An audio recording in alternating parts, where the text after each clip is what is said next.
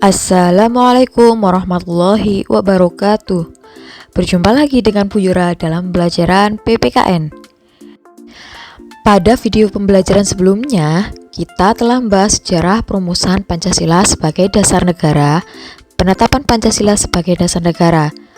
Nah, kali ini kita akan belajar materi semangat pendiri negara dalam merumuskan dan menetapkan Pancasila sebagai dasar negara.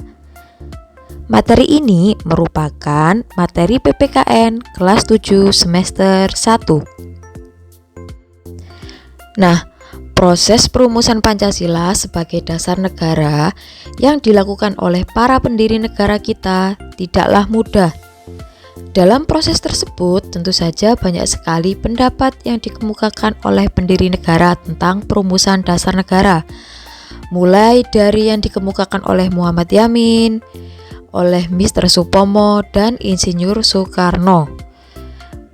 Mereka adalah 3 orang tokoh yang memberikan pendapatnya mengenai rumusan dasar negara Indonesia. Sekarang kita akan mempelajari makna komitmen kebangsaan. Semangat kebangsaan tentu saja berhubungan dengan nasionalisme dan patriotisme. Apa itu nasionalisme? Dan apa itu patriotisme? Nasionalisme adalah cinta tanah air, sedangkan patriotisme adalah sikap seseorang untuk mengorbankan segala-galanya untuk mempertahankan bangsanya. Semangat artinya tekad dan dorongan hati yang kuat untuk menggapai keinginan atau hasrat tertentu. Kebangsaan atau nasionalisme itu adalah paham yang mengajarkan bahwa kesetiaan tertinggi setiap pribadi harus diserahkan kepada negara, kebangsaan, atau nation state. Nah, di sini akan saya jelaskan 2 jenis dari nasionalisme. Yang pertama, ada nasionalisme sempit atau biasanya dikenal dengan chauvinisme. Nasionalisme sempit bersifat negatif. Kenapa begitu? Karena chauvinisme atau nasionalisme sempit ini memandang bangsa lain lebih rendah daripada bangsa sendiri. Nah, contohnya pada masa pemerintahan Hitler pada tahun 1934 sampai 1945, karena mereka menganggap bahwa ras Jerman itu adalah ras yang paling hebat di dunia. Nah, karena hal tersebut mengakibatkan Jerman berusaha memusuhi bangsa lain, bahkan jika mungkin menyingkirkannya. Untuk yang kedua adalah nasionalisme luas. Nasionalisme luas ini adalah sifatnya positif. Tadi yang sempit itu negatif, sekarang yang luas adalah positif. Mengapa? Karena memuliakan dan memajukan bangsa sendiri, namun tetap menghormati bangsa lain. Contohnya adalah bangsa Indonesia sendiri. Nah, tadi kan saya sudah menyebutkan 3 tokoh yang mengusulkan dasar negara itu ada 3 ya. Nah, selain ketiga tokoh tersebut, tentu saja ada para pejuang yang berjuang pada masa proklamasi kemerdekaan. Para pejuang tersebut termasuk Angkatan 45. Angkatan 45 tentu saja memiliki sifat, jiwa, dan semangat 45. Sifat dan jiwa Angkatan 45 meliputi pro patria dan primus patrialis. Apa itu? Yaitu selalu berjiwa untuk tanah air dan mendahulukan kepentingan tanah air. Yang kedua adalah jiwa toleransi atau tenggang rasa antar agama, suku, dan golongan. Yang ketiga ada jiwa tanpa pamrih dan bertanggung jawab. Sebenarnya ada banyak, namun di sini saya contohkan 3 sifat dan jiwa dari angkatan 45.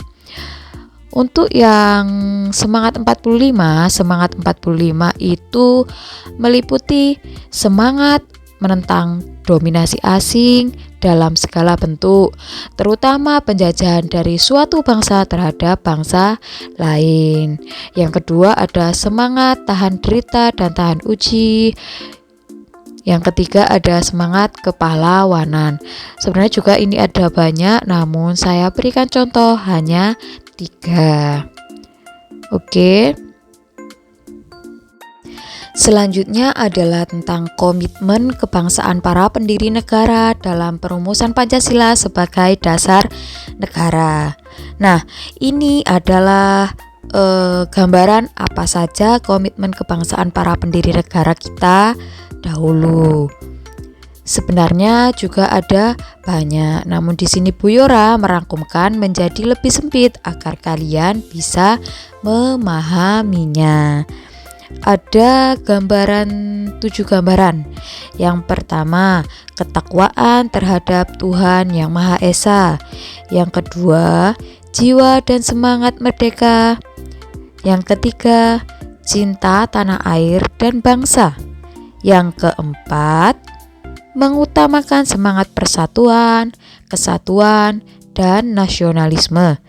Yang kelima, adanya rasa memiliki terhadap bangsa Indonesia.